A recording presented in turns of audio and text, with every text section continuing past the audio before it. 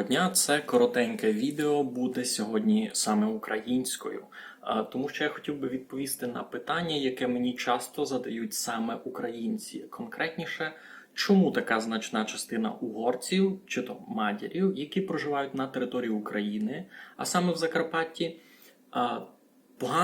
здебільшого погано володіють українською мовою. Відповідь на це питання доволі неочевидна для цих людей. Отже, уявімо собі життя дитини, яка народжується в угорськомовній сім'ї.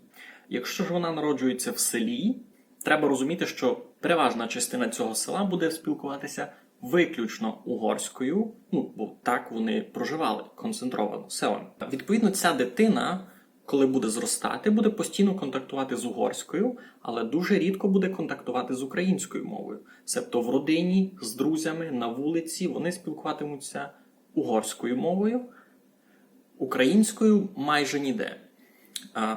Так, вони ходитимуть в школу, яка швидше за все навчає угорською. Там же вони будуть вивчати і українську мову, такий предмет у них в програмі є.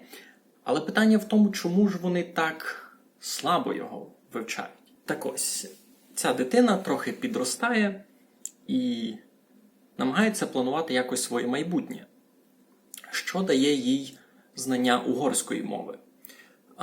По-перше, знаючи угорську мову, реально і легально для неї отримати угорське громадянство, що дає цій людині права громадянина Євросоюзу, себто працевлаштування та освіта ледь не в будь-якій європейській державі.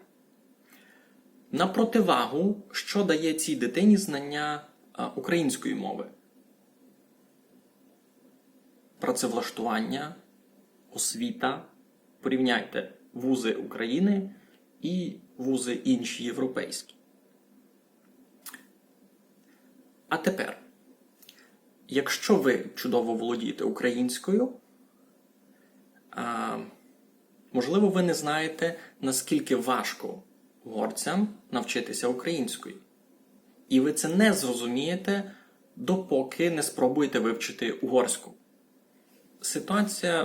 Ситуація така виключно з практичної точки зору.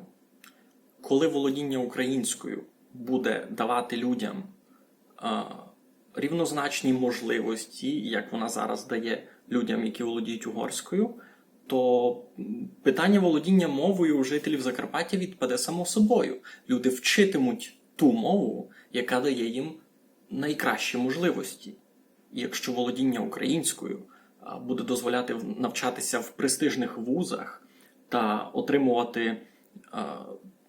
отримувати роботу з достойною заробітною платою, яка буде конкурентно спроможна з альтернативами в Євросоюзі, тоді всі українською володітимуть чудово. Дякую за увагу.